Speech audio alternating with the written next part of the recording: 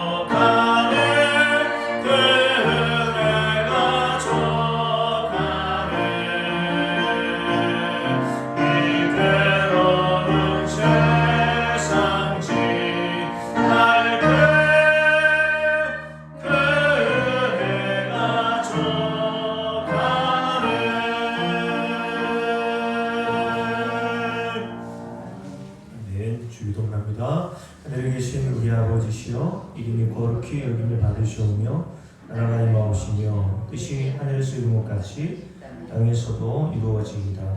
오늘날 우리에게 일용할 양식을 주옵시고 우리가 우리에게 죄 지은 자를 사하여 준 것 같이 우리의 죄를 사하여 주옵시고 우리를 시험에 들게 하지 마옵시며 다만 악에서 구하옵소서. 나라와 권세와 영광이 아버지께 영원히 있사옵나이다. 아멘. 우리 찬송가 한 장 더 부를까요? 우리 494장 찬송가 494장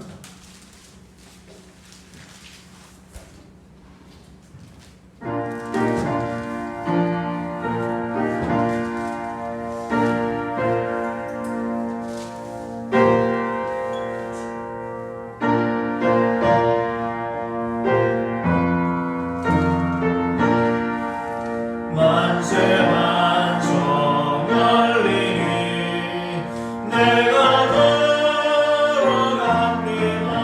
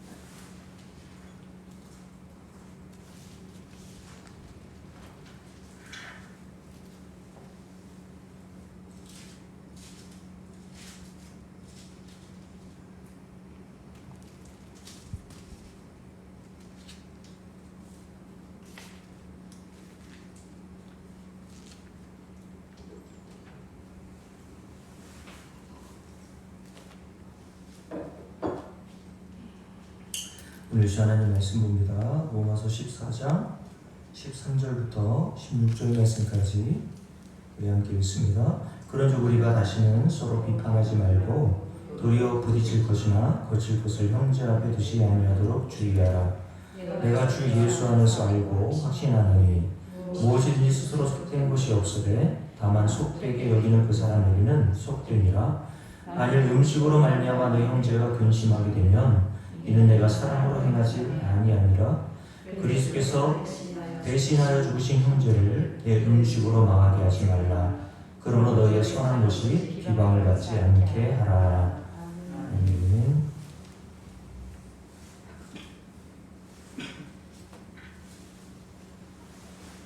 여러분들은 남에 대해서 칭찬하는 것과 남에 대해서 흠을 잡는 것 중에 뭐가 더 재미있나요? 잠언 18장 한번 볼까요? 잠언 18장에 보면 인간의 본성이 어떠한지에 대해서 이렇게 날카롭게 일가라는 내용의 말씀을 보게 되는데 잠언 18장 8절 말씀입니다. 함께 읽을게요. 남의 말하기를 좋아하는 자의 말은 뭐와 같아요? 별식과 같아서 뱃속 깊은 데로 내려가느니라 라고 얘기하죠. 남이 뒷담화하는 것을 좋아하는 자는 별식, 집에서 먹는 음식을 질릴 때가 많잖아요. 그래서 사람들이 외식하는 것처럼 남의 말하는 것이 바로 그런 정도의 매력이 있다는 것이죠. 그래서 인간은 남이 없을 때 뒷담화하고 그의 흠에 대해서 이야기하는 것을 매우 즐거워합니다. 그래서 어떤 분이 저한테 얘기하기를 자기는 그래서 사람들하고 같이 모이면 절대로 화장실 같은 데를 안 돼요. 왜냐하면 자기가 화장실 가는 그 순간에 자기 얘기를 할까봐 자기는 대화 중에 화장실 가고 싶어도 웬만하면 화장실을 참고 가지 않는다라고 이렇게 우스갯소리를 하는 것을 제가 들어본 적이 있습니다. 이것이 비단 교회 밖에서만 일어나는 일이 아니라 교회 안에서도 흔하게 일어나는 일이라는 것을 보게 되죠. 오늘 바울이 로마서 14장에서 우리가 읽었던 본문을 보면 13절 보세요. 그런즉 우리가 다시는 서로 비판하지 말고 도리어 부딪힐 것이나 거칠 것을 형제 앞에 두지 아니하도록 주의하라 라고 이렇게 이야기를 했습니다. 여기서 그런즉이라고 하는 접속사는 앞부분의 문맥과 연결되어 있기 때문에 그런즉이라고 하는 이 접속사를 사용한 것이거든요. 그러니까 1절부터 12절 말씀을 이해하지 못하면 13절의 말씀부터 시작되는 우리가 읽었던 16절까지의 말씀이 어떠한 내용인지를 제대로 이해하기가 어렵죠. 왜 바울이 로마의 그리스도인들이 보내는 편지인 오늘 이 본문에서 우리가 다시는 서로 비판하지 말라고 얘기했을까요? 반대로 말하면 이들이 서로에 대해서 흠을 잡고 이들이 없을 때 우리가 좀 전에 말씀드린 것처럼 잠언 18장의 말씀처럼 별식처럼 그 사람에 대해서 수곤수곤하면서 비판하고 비난하고 그들의 허물을 들춰내는 일이 있었기 때문이라는 거죠. 이 일들이 어디에서 했던 일이냐면 15절 말씀에 보면 유추해 볼 수 있는 내용이 기록되어 있죠. 함께 읽어볼게요. 만일 음식으로 말미암아 내 형제가 근심하게 되면 이는 내가 사랑으로 행하지 아니함이라 라고 말씀합니다. 그러니까 13절 말씀에 우리가 다시는 서로 비판하지 말라고 했었던 내용 중에 하나가 뭐였냐면 음식에 관련된 내용 때문에 서로 비난하고 비판하고 업신여기는 일이 로마 그리스도인들 안에 있었던 문제라고 볼 수 있는 것이죠. 어떤 문제였냐면 다시 로마서 14장을 보면 함께 볼게요. 로마서 14장 1절 함께 읽습니다. 믿음이 연약한 자를 너희가 받되 그의 의견을 비판하지 말라고 얘기합니다. 여기서 어떤 사람은 믿음이 있는 자를 얘기하는 거예요. 제가 좀 전이 아니라 이 말씀을 여러분들께 설명하면서 로마의 그리스도인들 안에는 믿음이 있는 자와 믿음이 연약한 자가 서로 공존하여 신앙생활하고 있었던 교회라고 말씀드렸죠. 우리 제자학교 안에도 마찬가지라는 겁니다. 여러분과 제가 동일한 믿음을 가지고 있지만 믿음의 어떤 측량하는 기준으로 봤을 때 서로 분량이 다를 수 있다는 거예요. 그래서 믿음이 있는 자가 있고 교회 하나님 믿음이 연약한 자가 서로 공존하는 상태에서 신앙생활을 함께 하는 겁니다. 그런데 어떤 사람, 믿음 있는 사람은 어떤 상태였냐면 모든 것을 먹을 만한 믿음이 있었고 믿음이 연약한 자는 채소만 먹었다는 겁니다. 이게 먹는 문제죠. 믿음이 있다는 것과 믿음이 연약하다는 것의 기준이 뭡니까? 그러면 무엇을 먹어야 되느냐 말아야 되느냐. 믿음 있는 자는 모든 먹을 것을 그냥 다 섭취하고 먹었다고 이야기하고 믿음이 연약한 자는 채소만 먹었다고 얘기하는 이런 말씀의 뜻이 뭘까요? 여기에서 믿음이 무엇인지를 우리에게 보여주는 거죠. 무엇을 먹고 무엇을 먹지 않느냐를 통해서 그것 자체가 믿음이 있고 없고의 어떤 기준이 될 수는 없지만 이들이 왜 먹지 않고 먹었느냐에 대한 내용을 우리가 보면 알 수 있다는 거예요. 믿음 있는 자는 왜 모든 음식을 다 먹었을까요? 자, 고린도전서를 볼까요? 고린도전서 12장을 한번 보세요. 이거 적어놓으시고 고린도전서 12장을 한번 보세요.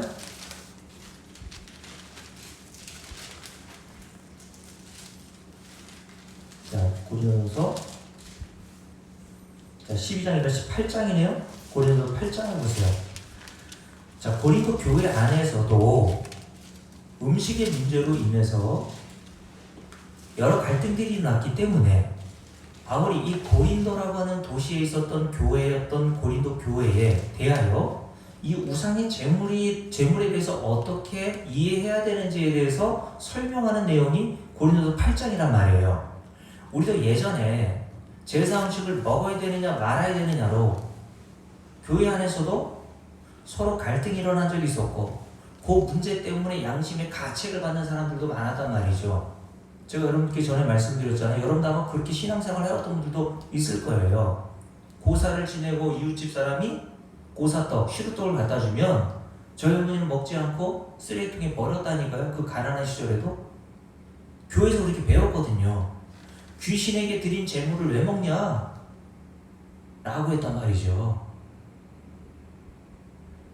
근데 바울이 우상의 재물에 대해서 이렇게 설명하고 있죠. 8장 피셨죠? 우리 함께 읽습니다. 우상의 재물에 대하여는 우리가 다 지식이 있는 줄을 아나 지식은 뭐하게 해요? 교만하게 하며 사람은 덕을 세우나니 만일 누구든지 무엇을 아는 줄로 생각하면 아직도 마땅히 알 것을 알지 못하는 것이요. 그러니까 자기가 안다고 하는 자가 오히려 마땅히 알지 못하고 있다는 자로 바울이 이 얘기를 하는 겁니다. 왜냐하면 우리 옛말에도 속담에도 변은 익을수록 어떻게 해요? 고개를 숙인다고 하잖아요. 여러분 과학자들이 우리보다 훨씬 탁월한 머리와 두뇌를 가지고 열심히 이 세상 전체 우주를 연구하는 일을 하면서 그들이 하는 말 중에 가장 많이 하는 말이 뭔지 아세요? 나는 모른다입니다. 나는 아는 것이 없다라는 말이에요. 제 친구 설교와 박사로 있는 우리 교회에 와서도 설교했던 이상규 목사가 오늘 이제 캐나다에 갔다가 이제 강의를 맡아서 지난주에 다시 입국해서 감신대와 협성대에서 이제 설교학 교수로서 사역을 하는데 설교학 교수가 되기 위해서 여러 가지 과정이 있지 않습니까? 미국에서 거의 10년 동안 좋은 대학에서 유학하고 또 캐나다로 건너가서 캐나다 대학에서 유학하다가 거기서 박사학위 받았거든요. 저보다 훨씬 많은 정보를 알고 있겠죠. 근데 그 친구가 저한테 하는 말이 뭐냐면 자기는 아는 게 하나도 없다는 거예요. 저보다 훨씬 많이 공부했고 저보다 많은 정보를 얻고 있음에도 불구하고 뭐 영어도 잘하고 뭐 그러겠죠. 그런데 자기는 솔직히 아는 게 별로 없다고 얘기를 합니다. 그리고 제가 이야기해주는 여러 가지 뭐 신학적인 내용들을 또 들으려고 해요. 아는 게 많은 사람일수록 자기가 모른다고 생각해요. 근데 책 한 권 딱 읽은 사람이 자기가 안다고 생각하는 겁니다. 교만한 거죠. 복음을 조금 맛보잖아요? 그러면 교만해져가지고 그걸 모르는 사람들을 무시하고 업신여긴다니까요? 그런 이야기를 바울이 하면서 이렇게 얘기하죠. 함께 읽어볼게요. 3절 함께 했습니다. 또 누구든지 하나님을 사랑하면 그 사람은 하나님도 알아주시느니라. 그러므로 우상의 제물을 먹는 일에 대하여는 우리가 우상은 뭐예요? 세상에 아무것도 아니며, 이 말씀이 중요하죠. 많은 사람들이 여러 가지 신을 섬기잖아요. 일본에는 뭐 수많은 신이 있다고 하지 않습니까? 그래서 제 친구가 일본에서 목회를 하고 있는 친구가 있어요. 거의 20년 가까이 일본에 건너가서 일본 현지인들 뿐만 아니라 이제 한국인을 대상으로도 목회하거든요. 저도 이제 그곳에 가서 함께 일주일 동안 지내고 오기도 했는데, 그 친구가 일본에서 전도할 때는 희한하게 전도하더라고. 우리는 전도지를 나눠주는데 그 친구하고 그 교회 다니는 성도들이 전도하는 것을 보니까 목에다가 이렇게 띠를 두르고 이만한 판때기 하나를 딱 걸어놓고 거기에다가 막 전도 문구를 막 쓰고 걸어다니나 봐요. 그리고 예수 믿으러 하나 보죠. 그리고 일본 사람들이 대부분 그렇게 막 우리가 뭐 전도할 때처럼 막 문 걸어 잠그고 막 이렇게 반대하고 그러는 사람들이 많은 게 아니라 믿겠다고 나서는 사람들이 그렇게 많대잖아요. 아, 예수 그렇게 좋은 신이냐고, 나도 믿겠다고. 그래서 가보면 예수는 또 다른 신 중에 한 신으로 여기면서 섬긴다는 얘기예요.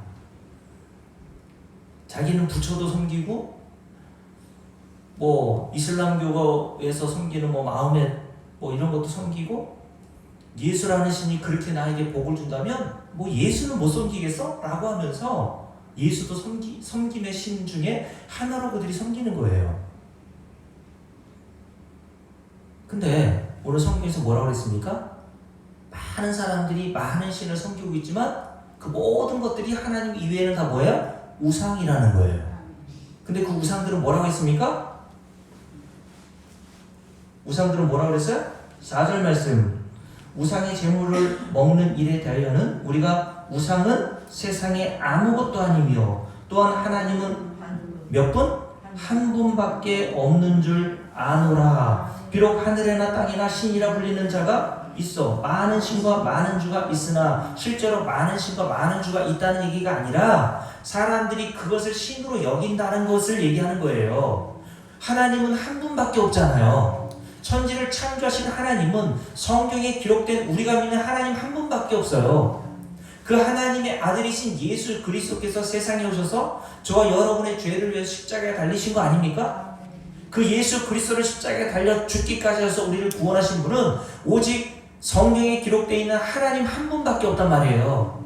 근데 이런 지식을 모르고 있는 사람들이 하나님이 아닌 또 다른 신을 섬기고 있는데 그것을 우상이라고 한단 말이죠.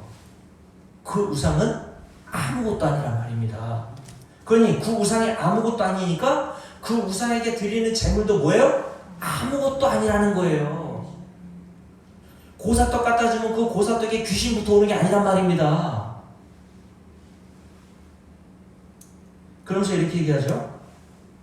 자, 6절 말씀 함께 읽습니다. 그러나 우리에게는 한 하나님 곧 아버지가 계시니 만물이 그에게서 났고 우리도 그를 위하여 있고 또한 한 주 예수 그리스도께서 계시니 만물이 그로 말미암고 우리도 그로 말미암아 있느니라. 그러나 이 지식은 모든 사람에게 있는 것은 아니므로 어떤 이들은 지금까지 우상에 대한 습관이 있어. 고린도교 성도들 중에 우상을 섬김에 대한 습관이 있어 우상의 제물로 알고 먹는 거로 그들의 양심이 약하여지고 더러워졌느니라. 음식은 우리를 하나님 앞에 어떻게 하지 못해요? 다시요. 음식은 우리를 하나님 앞에 내세울 수 있습니까? 없단 말이에요. 제사떡 안 먹었다고 하나님이 칭찬하시는 것이 아니란 말입니다. 뭘 하고 안 하고가 하나님 앞에 우리가 내세울 것이 아니라는 겁니다. 다시 읽어볼게요. 음식은 우리를 하나님 앞에 내세우지 못하나니 우리가 먹지 않는다고 해서 더 못 사는 것도 아니고 먹는다고 해서 더 잘 사는 것도 아니니라. 그러즉 너희의 자유가 믿음이 약한 자들에게 걸려 넘어지게 하는 것이 되지 않도록 조심하라. 너희의 자유라고 그랬죠. 너희의 자유. 여러분 복음을 알면 모든 것들로부터 우리가 묶여있는 데서부터 자유케 됩니다. 맞습니까? 근데 뭐로부터도 자유케 되냐면 그 이전에는 고사떡을 먹어야 되느냐 마느냐에 대한 문제로 이렇게 막 갈등하고 고민하고 했다면 복음은 자유를 준단 말이에요. 고사떡 그거 아무것도 아니에요. 제사 지낸 약과 맛있으면 드시란 말입니다. 고사 지낸 돼지고기 이웃집에서 갖다 줬어요? 새우젓 찍어서 맛있게 드세요. 하나님은 한 분밖에 없대잖아요. 그들이 하나님이라고 섬기는 우상은 아무것도 아니라고 그랬잖아요. 그러니 우리가 그것을 먹느냐 마느냐로 우리가 하나님이 받아들여지고 받아들이지 않는 게 아니란 말입니다. 그거는 구원과 아무런 관계가 없어요. 그러므로 여러분들 복음은 여러분들과 저를 점점점 자유케 하는 것입니다. 그래서 주일에 여러분께 설명하고 복음을 증거할 내용이 뭐냐면 요한복음 8장 주님께서 우리에게 말씀하셨던 진리를 알지니 진리가 너희를 자유케 하리라. 옛날에는 속박돼서 목사의 위협과 목사들이 교회에서 얼마나 성도들을 위협합니까? 이렇게 하면 지옥 가고 이렇게 하면 상급 받지 못하고 그러니까 열심히 충성을 하고 하죠. 구원받지 못할까봐 혹시 상급을 받지 못할까봐 억지로 하는 경우가 얼마나 많이 있어요. 거기로부터 진리는 우리를 자유케 하는 겁니다. 예수 그리스도는 마태복음 11장에서 수고하고 무거운 짐자들아 다 내게로 오라 내가 너희를 쉬게 하리라고 말씀하셨는데 목사들이 오히려 교회 안에 온 성도들을 쉬게 하지 못한단 말이에요. 안식하지 못하게 한단 말입니다. 예수 그리스도의 십자가의 사건으로 말미암아 저와 여러분은 이미 우리가 무엇을 할 것도 없이 보탤 것도 없이 더할 것도 없이 완벽하고 완전하게 거룩한 자가 된 것입니다. 그러니 우리가 무엇을 해서 구원을 받거나 무엇을 해서 상급을 받으려고 했던 모든 억압으로부터 매여있는 것으로부터 진리는 우리를 자유케 하시는 거예요. 기쁨과 즐거움으로 주님을 섬기게 만드는 겁니다. 이런 지식이 하나님께서 성령을 통해서 주시는 지식이란 말이에요. 근데 여전히 고린도 교회 성도들은 고린도라고 하는 도시는 항구 도시라고 말씀드렸잖아요. 예전에 그 항구 도시니까 배를 타고 나가서 고기를 잡아서 생계를 유지하는 사람들이 많았을 거 아닙니까? 지금도 부산이라든가 뭐 항구 도시 같은 경우에는 외국 사람들이 왔다 갔다 하고 예전부터 뱃사람들이 왔다 갔다 하면서 자기의 풍어제죠. 풍어제. 고기를 많이 잡아오고 예전에는 뭐 날씨를 알 수 있는 방법도 없잖아요. 배 타고 나갔다가 풍랑이면은 죽는 경우들이 그렇게 많았습니다. 그러니까 그 죽음에 대한 공포를 이겨내기 위해서 바다의 용왕님에게도 고시대해 하면서 고사딱 던져주고 그런 일이 벌어진 거 아닙니까?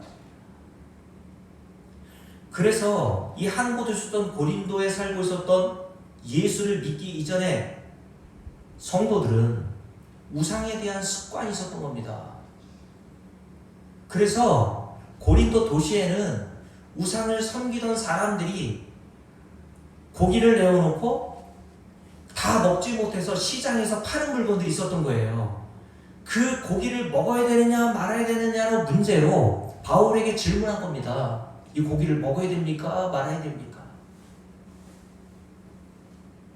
그 문제에 대해서 바울이 8장을 통해서 해답을 주는 거예요. 그러나 뭐라고 말합니까? 너희의 그런 지식으로부터 얻어진 자유가 너를 위해서 사용하지 말고 믿음이 연약한 자를 위해서 사용하라고 얘기했습니다. 야, 자유다. 이제 먹을 자유가 있어. 다 먹을 수 있어. 다 할 수 있어. 여러분, 술, 담배 한다고 구원과 무관하잖아요. 그렇다고 여러분 우리가 이렇게 생각합니까? 야, 이제 자유야. 목사가 제가 여러분들께 이제 우상은 아무것도 아니라 그랬습니까? 네? 제가 여기 칼국수집에 가가지고 칼국수를 먹으면서 소주 하나 시켜놓고 이렇게 먹는 것을 박근호 목사님이 봤어요. 그럼 뭐라고 생각할까요? 이거 우리 목사님 참 자유로우시셨네? 그렇게 하지 않잖아요. 왜요? 우리에게는 전통적으로 예수를 믿으면 술, 담배를 안 하는 걸로 알고 있잖아요. 근데 술, 담배 한다고 해서 그것이 구원과 관련되어 있는 것은 아니란 말이에요. 그렇다고 해서 내가 그것을 먹을 자유는 있어요. 지식이 있으니까. 그러나 목사가 그런 어떤 행위를 보고 믿음이 연약한 자가 그것에 대해 실족하거나 낙심할 수 있잖아요. 그러니까 네가 아무리 자유가 있더라도 그 자유를 너를 위해서 쓰지 말고 믿음이 연약한 자를 위해서 쓰라고 한 거예요. 그래서 바울이 이런 우상에 대한 지식을 가지고 있어서 고기를 먹을 수 있고 우상의 제물을 먹을 수 있는 자들에게 뭐라고 얘기합니까? 함께 읽어볼게요. 9절 말씀 다시 읽습니다. 그러니 너희의 자유가 믿음이 약한 자들에게, 여기서 믿음이 약한 자들은 것은 로마서 14장에서 믿음이 연약한 자들이라는 거예요. 믿음이 연약한 자들은 뭐만 했습니까? 채소만 먹었다고 하잖아요. 믿음 있는 자는 모든 것을 먹을 만한 믿음이 있었다고 얘기하지 않습니까? 근데 모든 것을 먹을 만한 믿음 있는 사람은 이미 우상이 아무것도 아니라는 지식을 가지고 있었던 사람들이에요. 근데 이들이 가지고 있었던 그 지식이 교만하게 만들었단 말입니다. 어떻게? 야, 넌 그 정도도 몰라? 그러면서 믿음이 연약하여서 채소만 먹는 자들에게 업신여기고 비난하는 일이 벌어졌고, 믿음이 연약한 자는 그것을 먹는 믿음이 있는 자들을 또한 비난하고 비판하는 일들이 서로 벌어진 거예요. 그래서 바울이 로마서 14장에서 뭐라고 했습니까? 그런즉 너희는 다시는 비판하지 말라고 한 거예요. 자, 그러면서 10절 말씀을 볼게요. 함께 읽습니다. 지식 있는 데가 우상의 집에 앉아 먹는 것을 누구든지 보면, 이거 제가 조금 전에 설명드렸던 예화로 쓰는 칼국수집에서 제가 목사일 때 칼국수 먹으면서 반주로 소주 시켜놓고 먹는 것을 박근호 목사님이나 여러분들이 본다면 이런 뜻으로 이해하시면 돼요. 그런다면 그 믿음이 약한 자들의 양심이 담력을 얻어 우상의 제물을 먹게 되지 않겠느냐. 그리고 여러분들이 제가 먹는 것을 보고 어떻게 하겠어요? 이야, 목사도 먹는데 뭐 그럴 거 아니에요.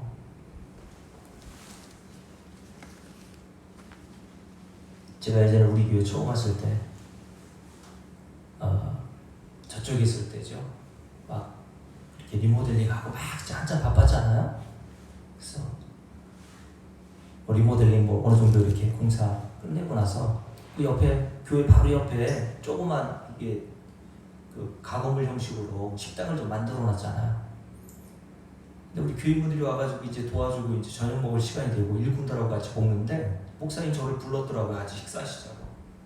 네, 우리 교회 지금 안 다니시는 분들 여러 분 계셨는데 하면서 그동안 그렇게 해왔나 봐요. 그 교회 식당에서 자연스럽게 소주를 시켜서 드시더라고요. 그래서 제가 인상을 팍 썼죠. 그랬더니 눈치 빠른 그분이 그걸 아시고 그런 게 성도들한테 결코 도움이 되진 않지 않습니까? 그게 믿음이 있어서 하는 일도 아니에요, 사실은. 그런 일들에 대해서 바울이 이렇게 얘기하는 거예요. 자, 11절 함께 읽습니다. 그러면 내 지식으로 그 믿음이 약한 자가 멸망하나니 그는 그리스도께서 위하여 죽으신 어떤 자들이요? 형제라. 자, 로마서 14장 우리가 돌아갈 텐데 거기에서도 바울이 모든 성도들, 믿음이 있는 자건 믿음이 연약한 자건 함께 로마의 교회에 공존하고 있는 그들을 가리켜 그들 전체를 이렇게 불렀단 말이에요. 그들은 믿음이 있는 자건 믿음이 연약한 관계없이 그리스도께서 그들을 위하여 죽으신 형제다 라고 얘기했어요. 그러면서 이렇게 얘기합니다. 12절 이같이 너희가 형제에게 죄를 지어 그 약한 양심을 상하게 하는 것이 곧 그리스도에게 죄를 짓는 것이니라. 다시요. 너희가 형제에게 죄를 지어 그 약한 양심을 상하게 하는 것이 곧 그리스도에게 죄를 짓는 것이라고 얘기했어요. 그러니 여러분 교회에서 성도들에게 약한 양심을 상하게 하지 말게 하세요. 말 함부로 하지 마세요. 행동 함부로 하지 마시란 말입니다. 교회 나온 지 얼마 안 되는 사람에게 여러분의 말과 행동을 조심하란 말이에요. 그게 뭐 하는 거라고요? 그들을 위해서 죽으신 예수 그리스도의 죄를 범하는 겁니다, 여러분. 이걸 몰라요. 예수는 예수고 교회 다니는 사람은 교회 다니는 사람이라고 생각해요. 오늘 뭐라 그랬어요? 그 약한 양심을 상하게 하는 것이 곧 그리스도에게 죄를 짓는 것이잖아요. 그러니 우리는 교회에서 얼마나 많은 죄를 짓고 있습니까? 여성계 회의할 때도 이런 일들이 벌어지지 않도록 여성계 회장이나 총무님이나 먼저 믿는 자들이 말 한마디 할 때에 먼저 믿음 있게 좀 얘기를 하세요. 잘 따라오지 않는다고 그냥 그러지 마시고, 잘 따라오지 않으면 회장님하고 총무님이 둘이 하시면 되죠. 모든 사람의 다 의견을 다 100% 만족시킬 게 어디 있습니까, 여러분?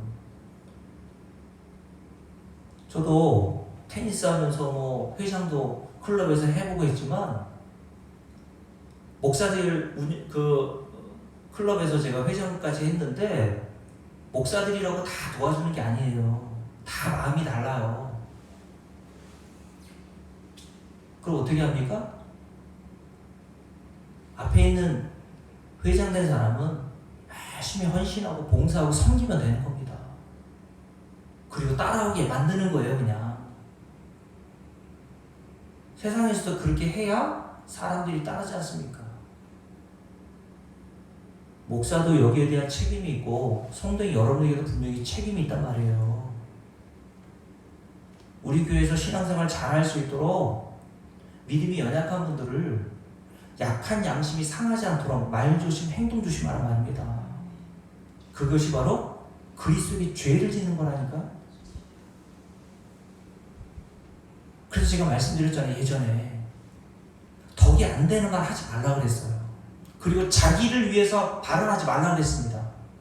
내가 무언가를 발언할 때, 여성계 회의할 때든 무슨 회의할 때든 마찬가지예요. 내가 이 말을 할 때에 그게 누구를 위한 발언인가를 생각해 보시면서 하시라고 그랬어요. 내 편한 겁니까? 아니면 성도들의 유익을 위한 겁니까? 오늘 말씀처럼 저와 여러분을 통해서 오늘 말씀을 주시잖아요. 믿음 있는 자와 믿음이 연약한 자가 우리 교회 안에 다 있지 않습니까? 근데 그들이 다 누구라고요? 11절 그리스도께서 위하여 죽으신 여러분과 저의 형제란 말입니다. 형제가 중요한 게 아니라 그리스도께서 그들을 위하여 죽으셨다는 거예요. 그러니 그리스도께서 그들을 위하여 죽으셔서 그들을 그렇게 가치 있게 만들어 놓으셨는데 우리가 어떻게 그들을 차별하여 그들의 약한 양심을 상하게 할 수 있습니까? 그러니 우리는 교회 안에서도 날마다 죄를 짓고 사는 거예요.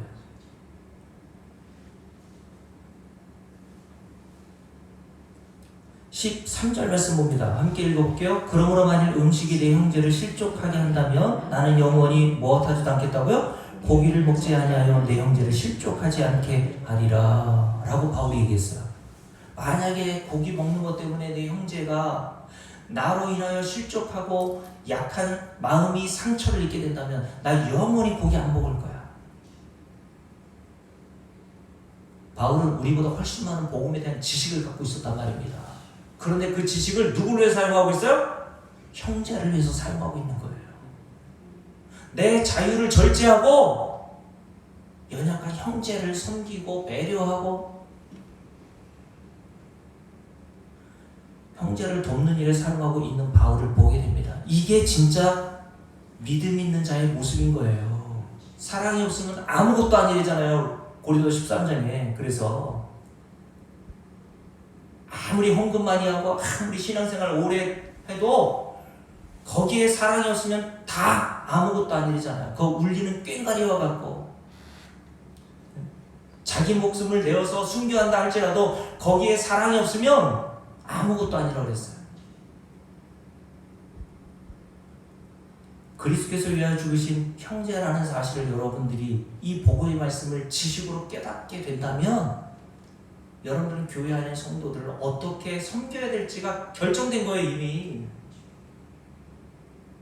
그런데 우리는 진짜 형제라고 여깁니까? 그것도 그리스도께서 위하여 죽으신 형제라고 말씀하시는데,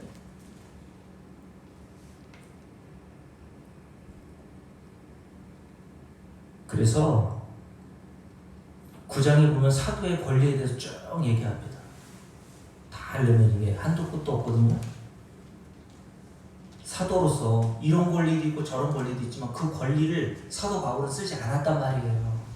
성도를 사랑하는 마음으로 사도로서 마땅히 교회에서 받아야 될 모든 혜택을 스스로 절제했단 말입니다.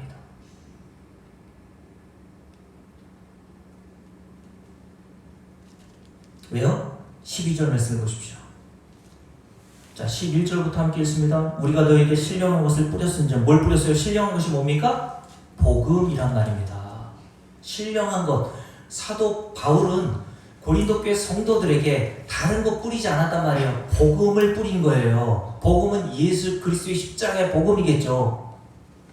목사로서 우리 교회에, 제자교회 여러분들에게 뿌려야 될 것은 예수 그리스도의 십자가의 복음밖에 없어요. 그게 신령한 겁니다, 여러분. 이렇게 신령한 것을 뿌렸은즉, 함께 읽을게요. 너희의 육적인 것을 거두기로 과하다 하겠느냐. 복음을 뿌림으로 사도 바울에게, 교회에서 사도 바울에게 마땅한 혜택과 뭐 이런저런 것들을 주는 것들에 대해서 그것이 합당하다고 바울이 얘기하는 거예요. 여러분들이 저에게, 목사에게 한 달에 한 번씩 사례비도 주고 열심히 목회하라고 뭐 신방비도 주고 뭐 기름값도 주고 하는 것처럼 그것이 틀리지 않은 일이라는 겁니다. 그런데 바울이 뭐라고 얘기합니까? 함께 읽어볼게요. 12절. 다른 이들도 너희에게 이런 권리를 가졌거든 하물며 우리일까 보냐. 그러나 우리가 이 권리를 다 쓰지 아니하고 범사에 참는 것은 뭐 때문이에요? 그리스도의 복음에 아무 장애가 없게 하려 함이로라. 권리까지, 자기가 마땅히 받아야 되는 권리임에도 불구하고 절제했단 말입니다. 뭐를 위해서? 그리스도의 복음에 장애가 있지 않도록. 바울이 얻은 자유, 바울이 가지고 있는 그 믿음이 바로 이렇게 드러나게 되었음을 우리가 보게 되는 거라고요. 여러분들이 믿음이 있습니까? 믿음이 있으면 있을수록 자기의 유익을 절제합니다. 자기의 편리와 자기의 이익을 내려놓고 교회의 유익, 성도의 유익을 먼저 구하게 되는 거예요. 그게 진짜 사랑으로 나오는 거 아닙니까, 여러분? 여러분의 자녀들을 키울 때 어떻게 키우셨어요? 저희 어머니 이야기도 가끔 해드렸잖아요.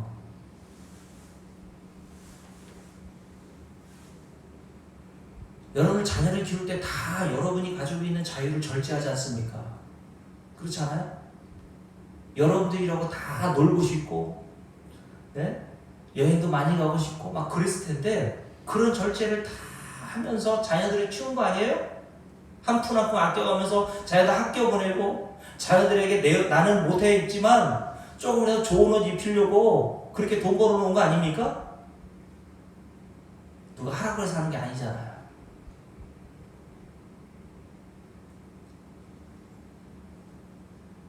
그래서 우리에게 주시는 믿음이 있다면 이런 방식으로 성도를 섬기는 일들이 나온다는 겁니다.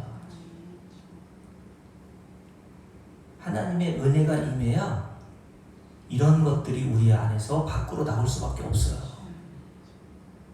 이런 은혜를 여러분 구하시란 말입니다. 자, 다시 로마서 14장을 볼게요. 자, 로마서 14장. 제가 로마서 우리 어떤 분이 저한테 물어봐가지고, 제 친구가 저한테 물어봤거든요. 지지난주에 전화 와가지고 제 친구가, 야, 로마서 왜 수요일날 한다는데 아직 안 끝났냐? 그래서 아직 안 끝났지. 제가 10년 됐는데 이제 14장 하지 않습니까? 근데 사실 로마서만 하는 게 아니라 여러분들과 함께 성경 여기저기를 찾으면서 말씀을 배워나가는 것 아닙니까? 그러니까 로마서 14장만 한다고 생각하지 마시고 성경 전체를 우리가 훑어본다 생각하시면 돼요. 자, 13절 말씀 다시 볼게요. 그러므로 바울이 로마에 있는 그리스도인들이 다시 이렇게 얘기한 거죠. 함께 읽을게요. 그런지 우리가 다시는 어떻게 하지 말자고요? 서로 비판하지 말고 도리어 부리실 것이나 거짓 것을 형제 앞에 두지 아니하도록 주의하라 라고 얘기합니다. 그러면서 바울이 뭐라고 그럽니까? 이렇게 얘기하죠. 자, 우리가 1절 읽었죠. 1절 14장 1절 바울이 뭐 하라고 해요? 그래서 비판하지 말고 믿음이 연약한 자를 너희가 어떻게 하라고요? 받되라고 했어요. 자, 여기뿐만 아니라 로마서 15장도 볼게요. 로마서 15장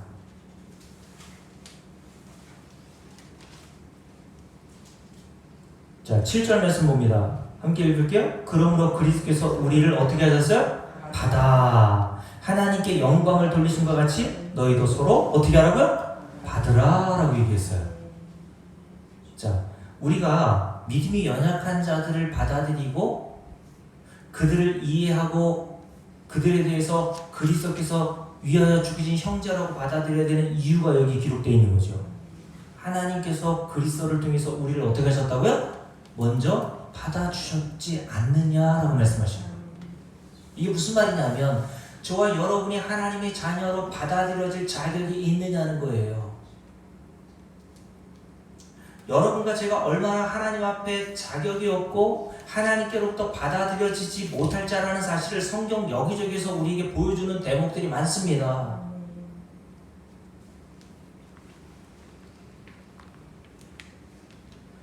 예를 들어서 에스겔서 16장을 한번 볼까요? 에스겔서 16장을 한번 보세요. 에스겔서 16장을 한번 보세요.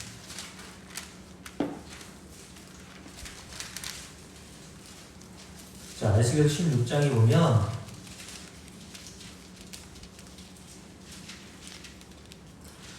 이런 말씀이 기록되어 있죠?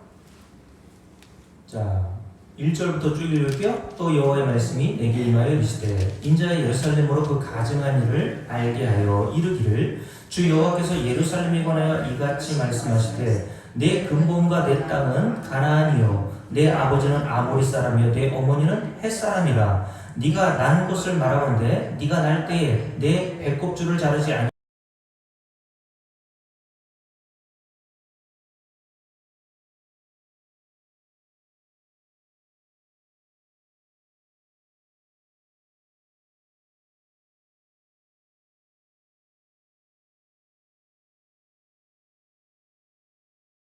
이라 라고 되어 있어요. 이게 이스라엘 백성들의 상태였다는 겁니다. 출신 성분이 비천하여서 이 아이가 여자아이인데 장애아로 태어났는지 어찌했는지 모르겠지만 부모로부터 낳음을 입자마자 버림을 당한 거예요. 근데 어떻게 버림을 당했는지 그거 나오죠. 4절 말씀에 보면 네 배꼽줄을 자르지도 않았다는 겁니다. 여러분 아이가 나면 가장 먼저 탯줄부터 자르잖아요. 그게 부모가 해주는 일 아닙니까? 그런데 배꼽줄도 자르지 않은 채 버려짐을 당했고 너를 물로 씻어 정결하게 하지 아니었단 말입니다. 아이가 나면 온몸이 피투성이 아닙니까? 그래서 부모가 그 아이를 따뜻한 물에다가 받아서 그 몸을 씻겨주잖아요. 탯줄도 안 자르고 물로 씻겨주지도 않고 심지어는 어떻게 했습니까? 너를 강보로 싸지도 아니하였나니. 여러분 어린아이들은 체온 유지가 중요하거든요. 그래서 부모가 아이가 태어나기 전에 이미 다 이런 것들 강보라든가 이런 것들을 다 마련을 놓잖아요. 그런데 이 어린아이는 부모로부터 이렇게 버림을 당했단 말입니다. 그런데 어떤 한 사람이 이 아이를 발견하죠. 자, 8절 말씀 보세요.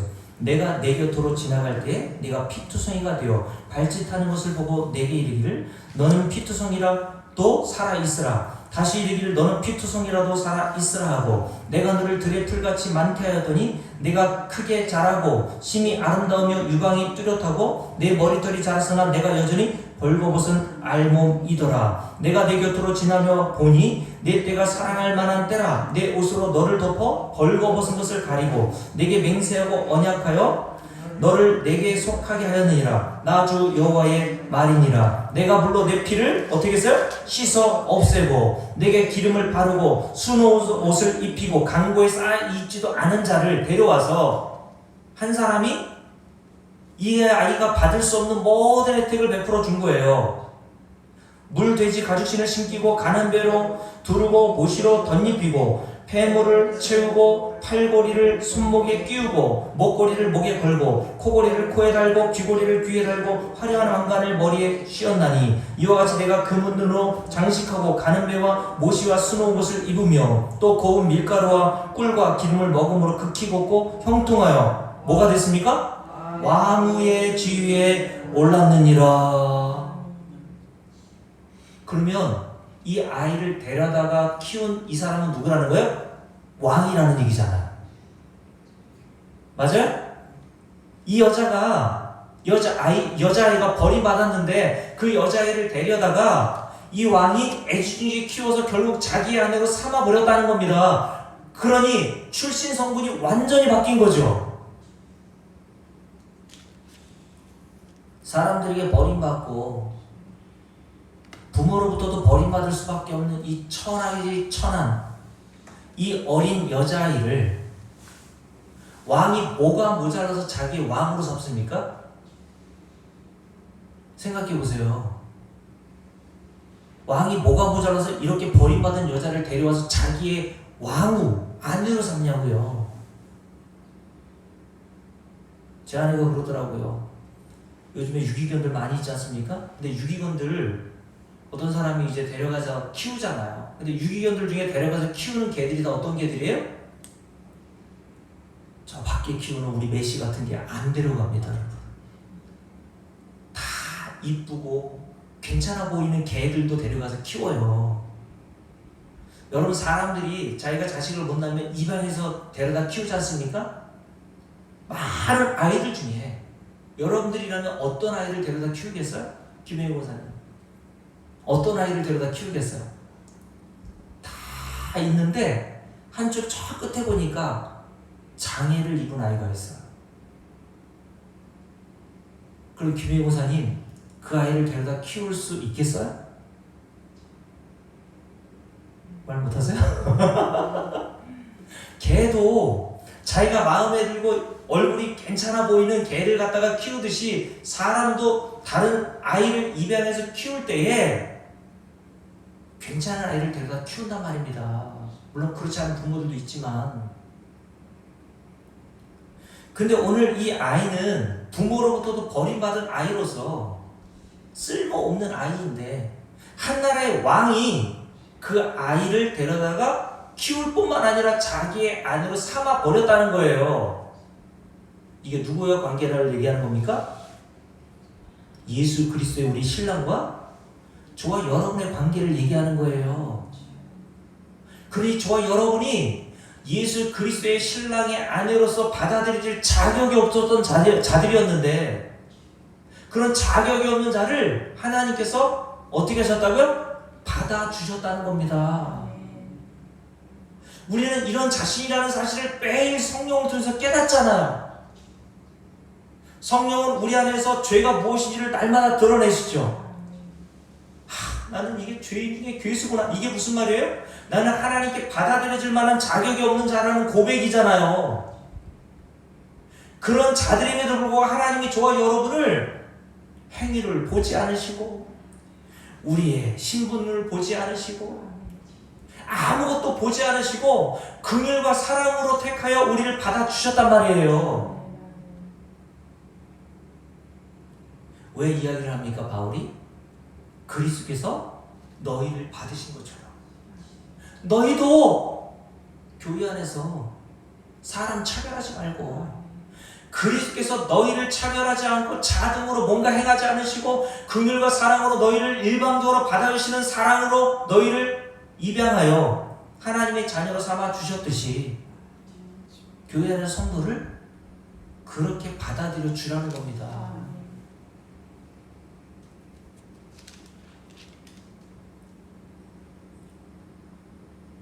바로 그 말씀을 에스겔서 16장 말씀을 통해서 우리에게 쭉 하고 계신 거예요. 그럼에도 불구하고 이자가 어떻게 합니까? 이 왕후가 된 버림받은 여자가 왕후가 돼서 어떤 일을 벌여요? 자, 14절 말씀 봅니다. 함께 읽을게요. 내 화려함으로 말미암아 내 명성이 이방인 중에 퍼졌음은 내가 내게 입힌 영화로 내 화려함이 온전함이라. 나 주 여호와의 말이니라. 이게 무슨 말입니까? 네가 세상에 이렇게 명성을 얻고 영화를 얻은 것은 왕인 내 덕분이야. 하나님 우리 아버지 덕분에 우리가 이렇게 하나님의 자녀라고 하는 명성을 얻은 거야 라는 거예요.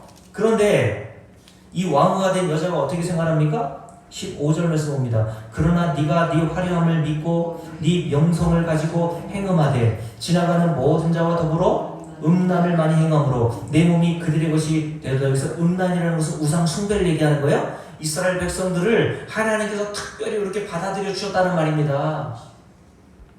이스라엘 민족 이외에 더 많은 민족, 더 괜찮은 민족이 있었는데 하나님께서 이스라엘 민족을 콕 집어서 일방적으로 그들을 받아들여 주셔서 왕의 위치에 지위에 올려놓으셨는데 이스라엘 백성들 어떻게 했어요? 그 하나님을 섬긴 것이 아니라 수많은 우상을 섬기더라는 거예요. 이게 누구예요? 바로 저와 여러분이라는 겁니다. 그러면서 이렇게 얘기하죠. 16절 함께 했습니다. 내가 내 의복을 가지고 너를 위하여 각색으로 산당을 꾸미고 거기에서 행음하였나니 이런 일은 전무후무하니라. 내가 또 내게 준 금, 은 장식으로 너를 위하여 남자 우상을 만들어 행음하며 또 내 수놓은 옷을 그 우상에게 입히고 나의 기름과 향을 그 앞에 베풀며 또 내가 내게 주어 먹게 한 내 음식물 곧 고운 밀가루와 기름과 꿀을 내가 그 앞에 베풀어 향기를 삼았나니 과연 그렇게 하였느니라. 주 여호와의 말씀이니라. 22절 함께 읽습니다. 네가 어렸을 때에 어떤 것? 발가벗은 몸이었으며 피투성이가 되어서 발짓하던 것을 기억하지 아니하고 네가 모든 가증엘과 음란을 행하였느니라. 개구리 언제적 생각 못하는 거예요? 올챙이적 생각 못하는 거죠. 믿음이 있는 자가 믿음이 연약한 자를 비난하는 게 바로 그겁니다. 개구리 올챙이적 생각 못하는 거예요. 하나님께서 그들을 일방적으로 받아주신 은혜를 잊고 마치 그것이 자기의 특별한 특권이냐, 마치 자기가 받아야 될 어떤 조건과 자격을 갖추고 있는 사람이냐, 믿음이 있는 자가 믿음이 연약한 자를 비난하고 있다는 것을 말하는 거예요. 그러므로 여러분, 이런 자를 어떻게 해야 합니까? 이게 바로 우리 자신이라고 그랬죠. 하나님의 은혜를 날마다 기억하지 못하고 잊고 살아가는 우리 자신을 보고 결국 예루살렘 성전을 통해서 하나님이 행하시는 일이 뭐예요? 에스겔 선지자를 통해서 하나님의 심판을 예고하신 겁니다. 이게 무슨 말입니까? 바로 이런 하나님의 은혜를 잊고 사는 우리가 여전히 이 세상에서 우리의 신랑이신 예수 이외에 또 다른 신을 섬기고 살잖아요. 예수보다 더 중요하게 가치 있게 여기는 것들이 우리는 얼마나 많습니까? 그럼에도 불구하고 하나님은 저와 여러분을 불쌍히 여겨주셔서 그리스도 예수 때문에 저와 여러분을 받아주셨다는 겁니다. 그러니 너희도 교회 안에서 그리스도께서 위하여 주신 네 형제 성도들을 따뜻하게 대하라고 말씀하는 거예요. 하나님이 너를 그렇게 대한 것을 너희들이 안다면 마땅히 교회 안에서 믿음이 있는 자는 믿음이 연약한 자를 비난하고 업신여기고 수군수군대고 하는 것이 아니라 여러분이 가지고 있는 믿음으로, 믿음이 있는 자는 우리가 읽었던 고린도전서 9장 말씀에 기록된 것처럼 여러분들이 복음을 통해서 자유케 되지 않아요? 믿음이 있지 않습니까? 그럼 뭐 하면 됩니까? 믿음이 연약한 자를 비난하고, 야, 저것도 안 하냐 저것도 안 하냐 할 필요가 없어요. 여러분들이 믿음이 있는 자로서 믿음이 연약한 자를 섬기는 자리에 있으면 되는 겁니다. 그것이 믿음이 있는 자가 믿음이 연약한 자를 받아들여 주라고 하는 말씀의 핵심인 거예요. 사랑하는 성도 여러분, 그러므로 교회는 인류와 도덕적으로 이렇게 하세요 저렇게 하세요 이게 좋은 일입니다 착한 일입니다 라고 설명해 주는 것이 아니라 복음을 증거해 주면 돼요. 어떤 복음? 그리스도께서 저와 여러분을 위해서 행하신 일이 무엇인지를 여러분들이 깨닫게 되었다면 열매로 그 은혜가 밖으로 흘러나오게 돼 있단 말입니다.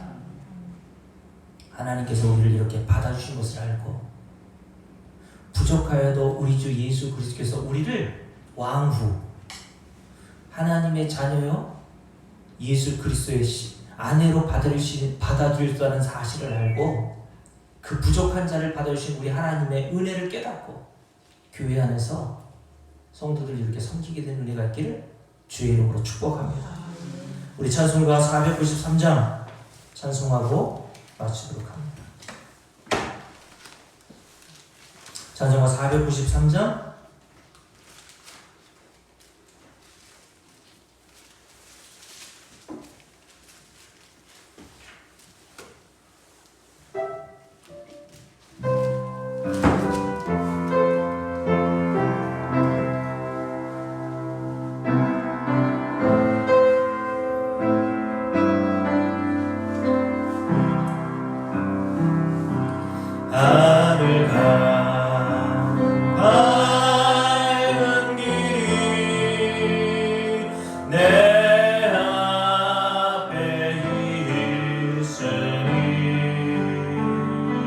슬픈 일을 많이 먹어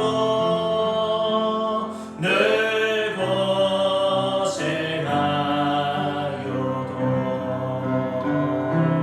하늘 영광 밝으니 얻은 것을 해치니 예수 공로 예수 공로에 회개하여 항상 빛을 보도다 내가 염려하는 일이 세상에 많은 줄 섬의 근심 밖에 걱정 늘 시험하여도 예수 보배로 예수 보배로운 피 모든 것을 이기니 예수 공로 예수 공로에 회개하여 항상 이기리로다 내가 전서 바라보고 가까이 왔으니 아버지의 영광 집에 나시고 싶도다 나는 부족하여도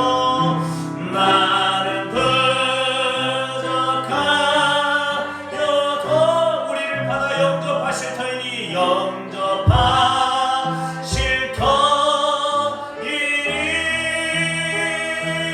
영광 나라 계신 임금 우리 구주 예수라 우리 마음을 서놓고 나는 부족하도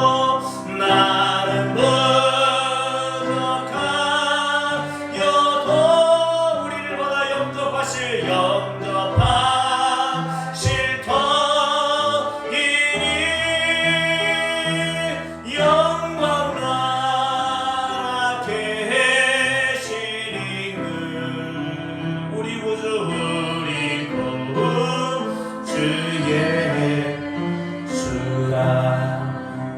우리 마음을 서놓고 1분 동안 통성으로 기도할 때 하나님 에스겔서 16장에 기록되어 있는 이 어린아이와 같이 나는 마땅히 버려져야 할 자인데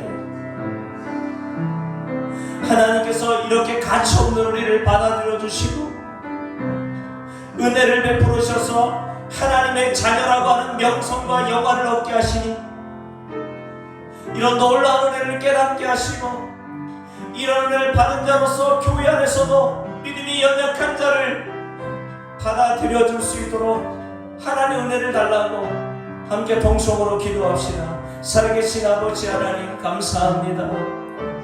하나님 우리가 이런 자들이 되었음을 성경을 통해서 깨닫게 하시니 참으로 감사합니다. 예루살렘과 이스라엘 백성들이 이렇게 차마 입에 담지도 못할 음란을 행했음에도 불구하고 영원히 하나님 나라에서 쫓겨나 마땅한 자들임에도 불구하고 버림받아 마땅한 이들을 하나님이 받아들여 주시고 하나님 나라로 영원토록 인도하시는 그 놀라운 은혜를 깨닫게 하시니 바로 이것이 우리에게 일어난 일임을 우리 성도들이 깨달아 알게 도와주시고 그러므로 교회 안에서도 믿음이 연약한 자의 모습을 보고 비난하고 탓하고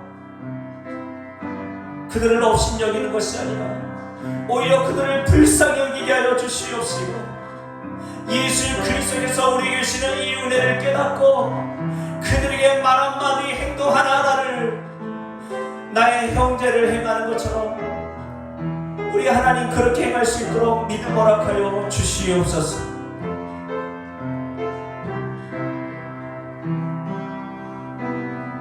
우리 마음을 손놓고 제가 기도하고 마치겠습니다. 살아계신 아버지 하나님,